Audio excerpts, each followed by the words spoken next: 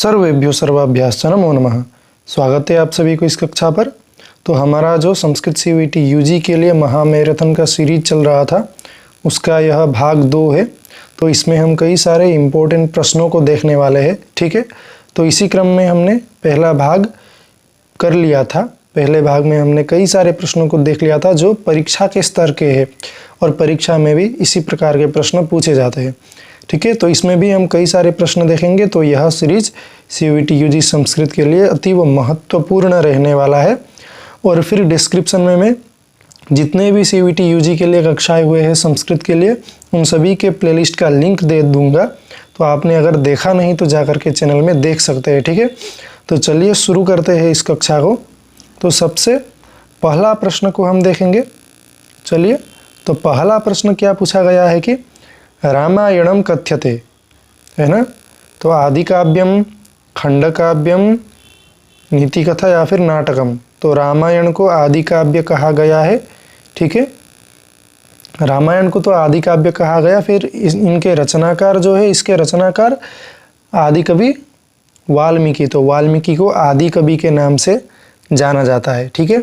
अगर रामायण, महाभारत और पुराण के ऊपर भी आप सबको वीडियो चाहिए तो मुझे बताइएगा, मैं अच्छी प्रकार से बना करके आप सबके सामने उपस्थापन करूंगा। और बाकी जो सिलेबस में लगे हुए टॉपिक है मैंने ज़्यादातर कवर किया हुआ है।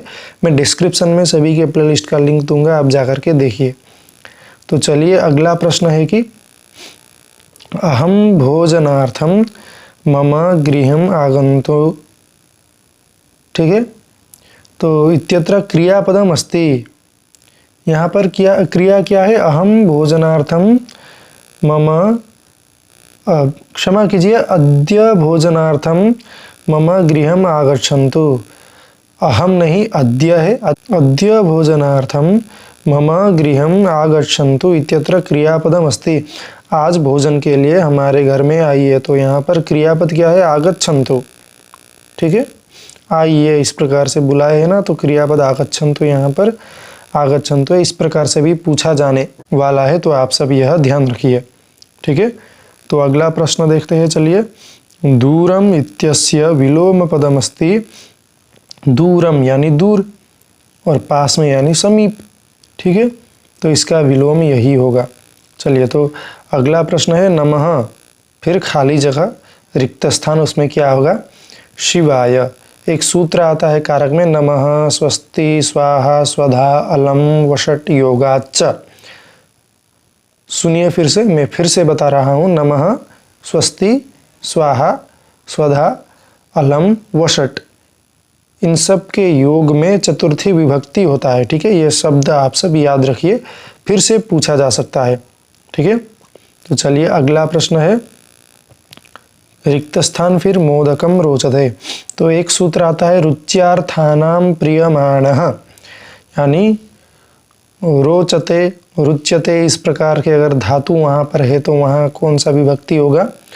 तुभ्यम, चतुर्थी विभक्ति। मह्यम मोदकम रोचते, तुभ्यम मोदकम रोचते, ठीक है। इस प्रकार से यहाँ पर चतुर्थी विभक्ति लगाना चाहिए। अगर रोचते यह रुच्यार्थानाम प्रियमाणः इस ऐसा धातु यहाँ पर अगर प्रयोग किया गया है तो, ठीक है। तो अगला संधि से है गणेशः इति पदस्य संधिच्छेदः भवति। गणधन ईशः, गण और ईश ये दोनों मिलकर के गणेशः, यह गुण संधि हुआ है, ठीक है। तो मैंने विसर्ग संधि अच्छे प्रकार से पढ़ाया हुआ है, परीक्षा में विसर्ग संधि से पूछा भी जाता है, आप सब जाकर के देखिए। और क्रमशः अन्य संधियों के बारे में भी कक्षाएं आने वाली है। जितने भी कक्षाएं हैं आप सब उनको जाकर के अच्छे से पहले क्लियर कीजिए, ठीक है। चलिए, तो यह भी संधि से ही प्रश्न है। तो यहाँ का सूची और ये सूची ये दोनों मिलान करना है। तो यज्ञौ ही अग्नौ यह आया है ना, इसलिए यण संधि, ठीक है। इव आश्रितः इवाश्रितः दीर्घ हुआ है ना, इसलिए दीर्घ संधि। यथा औषधम यथौषधम वृद्धि हुआ है ना, इसलिए वृद्धि संधि। महाउदयः महोदयः इसलिए गुण संधि। तो ऐसा यहाँ पर बनेगा, आप सब जाकर के मिलाइए, ठीक है। तो देखिए यह सबसे पहला ऑप्शन ही सबसे सही लग रहा है। तो आप सब मैंने जैसा मिलान किया उसके अनुसार आप सब मिलाइए, ठीक है। चलिए, तो अगला प्रश्न है दिक् अम्बरः इत्यत्र संधिजम पदम किम।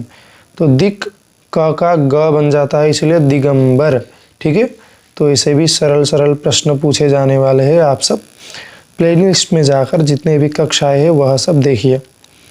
तो राज्ञः इत्यत्र विभक्ति ही भवितुमर्हति। राज्ञः यहाँ पर राजन शब्द का कौन सा विभक्ति है? षष्ठी एकवचन तो है, पंचमी एकवचन भी है, और राजा राजानौ राजानः राजानम राजानौ राज्ञः तो द्वितीय बहुवचन भी है।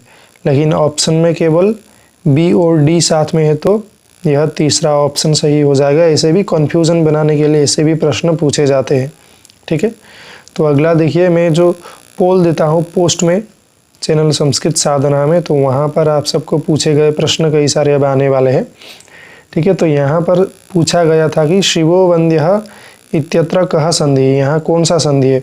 तो आप सबने बिल्कुल सही उत्तर लगाया है, विसर्ग संधि। 93% ने ज़्यादातर, तो विसर्ग संधि सही उत्तर है। शिवो वंद्यः यहाँ पर हसीच इस सूत्र से वकार में, वकार के बाद विसर्ग था उसको ओकार हो गया है, क्योंकि आगे हर्ष प्रत्याहार का वकार है। ठीक है, तो यही। तो अगला प्रश्न क्या है? अगला प्रश्न है कि रसैरुद्रैश्चिन्न यमन सबलागः इति कस्य छंदसः लक्षणम, किस छंद का लक्षण है? तो यह शिखरिणी छंद का लक्षण है। रसैरुद्रैश्चिन्न यमन सबलागः शिखरिणी। ठीक है, तो यह भी आप सबको ध्यान रखना है कि सभी छंदों के लक्षण को अच्छे प्रकार से याद करना है। आपने ज़्यादातर लोगों ने सही उत्तर लगाया, लेकिन कुछ मालिनी लगा रहे हैं जो कि गलत है। ठीक है, तो शिखरिणी बिल्कुल सही उत्तर है। ठीक है, तो अगला प्रश्न क्या है? चलिए देखते हैं कि वासवदत्ता इति कस्य कृति ही। तो ज़्यादातर लगा रहे हैं भास, जो कि गलत है। स्वप्न वासवदत्तम भास की कृति है, नाटक है। और वासवदत्ता यह सुबंधु की कृति है, जो कि कथा साहित्य से है। ठीक है, तो सुबंधु की कृति है वासवदत्ता, और स्वप्न वासवदत्तम जो है वह भास की कृति है। मैंने संस्कृत साहित्य का सामान्य परिचय पढ़ाया हुआ है, आप सब जाकर के देखिए अच्छे प्रकार से। 3 कक्षाएं हैं, आगे भी अन्य कक्षाएं आने वाली है, तो 3 कक्षाओं में लगभग 80% लगभग हो जाएगा। बाकी अन्य कक्षाओं को अगर देखेंगे तो लगभग सभी प्रश्न वहीं से बन जाएंगे। तो चलिए अगला प्रश्न है किरातार्जुनीयम इति कस्य कृति ही। तो किरातार्जुनीयम यह किसकी कृति है? तो ज़्यादातर लोगों ने सही उत्तर लगाया है कि भारवे है कृति ही, भारवी की कृति है किरातार्जुनीयम। ठीक है, तो अन्य कवियों के भी बारे में मैंने पढ़ाया हुआ है, आप सब जा कर के देखिए।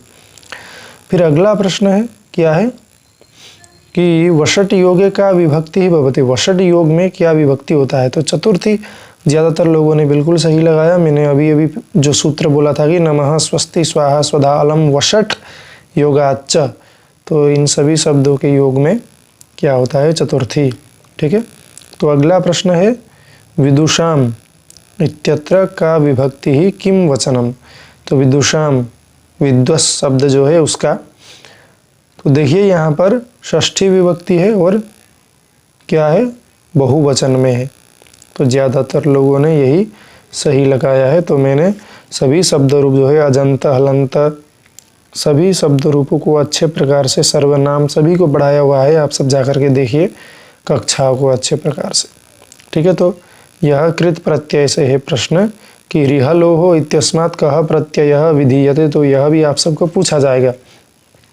रिहलोड़ ण्यत ऐसा सूत्र है, आप सबने यह गलत लगाया है, यत प्रत्यय करके रिहलोड़ ण्यत ऐसा सूत्र प्राप्त होता है। री और हल वर्ण अगर अंतिम में है तो उसके बाद ण्यत प्रत्यय का प्रयोग किया जाएगा। तो यत का है अचो यत, फिर क्यप का भी सूत्र, ल्यप का भी, यह सब भी आप सबको देखना है। ठीक है, चलिए तो अगला प्रश्न है कि काल समय वेलासु कः प्रत्ययः विधीयते। तो यह तुमुन प्रत्यय का है, यह भी आप सबने गलत किया है उत्तर। तो काल समय वेलासु तुमुन इस प्रकार से मिलता है, जो कि तुमुन प्रत्यय का सूत्र है। काल, वेला और समय इत्यादि अर्थ में भी तुमुन का प्रयोग किया जाता है। ठीक है, तो अगला प्रश्न है कि अजाद्यतः कः प्रत्ययः विधीयते। तो स्त्री प्रत्यय में यहाँ में से सिर्फ टाप प्रत्यय ही आप सबके सिलेबस में है, तो अजाद्यतस्टाप इस प्रकार का सूत्र मिलता है, तो यह सही है। अजादि गण के शब्दों के बाद टाप प्रत्यय स्त्रीत्व विवक्षा में किया जाता है। ठीक है, तो अगला तो बहुत ही सरल है, फिर भी कई सारे लोगों ने गलत किया। चार्थे द्वंद्वः ऐसा सूत्र ही प्राप्त होता है, जो कि मैंने अच्छे प्रकार से पढ़ाया हुआ है, अच्छे ढंग से। तो आप सब जाकर के वह देखेंगे तो समास से कोई भी प्रश्न गलत नहीं होने वाला आप सबका, इस प्रकार से पढ़ाया हुआ है। ठीक है, तो द्वंद्व है यह सही उत्तर, चार्थे द्वंद्वः। तो अगला प्रश्न है अस्तु इत्यत्र कः धातु। अस्तु यहाँ पर कौन सा धातु है, तो अस धातु है, सामान्य है यह प्रश्न। ठीक है, चलिए तो धातुओं को भी सभी को पढ़ाया हुआ है, आप सब जाकर के देख सकते हैं। तो चलिए अगला प्रश्न है भवेयुः इत्यस्मिन् कः रूपः। तो यहाँ पर कौन सा रूप है, भवेयुः, भवेत् भवेतां भवेयुः विधिलिंग लकार का प्रथम पुरुष का बहुवचन भवेयुः है। आप सबने ज़्यादातर लोगों ने सही उत्तर किया है, कुछ लोगों ने गलत किया है, आप सबको धातु रूप कंठस्थ करना चाहिए। तो अकः सवर्णे दीर्घ, यह सभी ने 100% लोगों ने सही उत्तर दिया है। ठीक है, तो यह सामान्य सा हो गया कि अकः सवर्णे दीर्घ यही है। ठीक है, तो भवतः इत्यत्र कः रूपः है ना, तो भवतः यहाँ पर भवत शब्द का तो कौन सा रूप सही होगा, द्वितीय बहुवचन भी होगा और षष्ठी एकवचन भी होगा।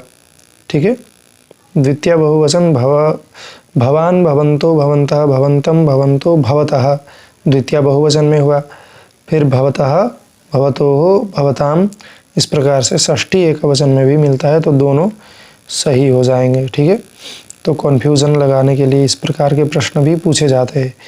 ठीक है, तो चलिए जितने भी कक्षाएं अवेलेबल है चैनल में आप सब जाकर के देखिए, और यह कक्षा यहीं पर समाप्त होती है। मिलते हैं अगली कक्षा में, तब तक के लिए धन्यवाद।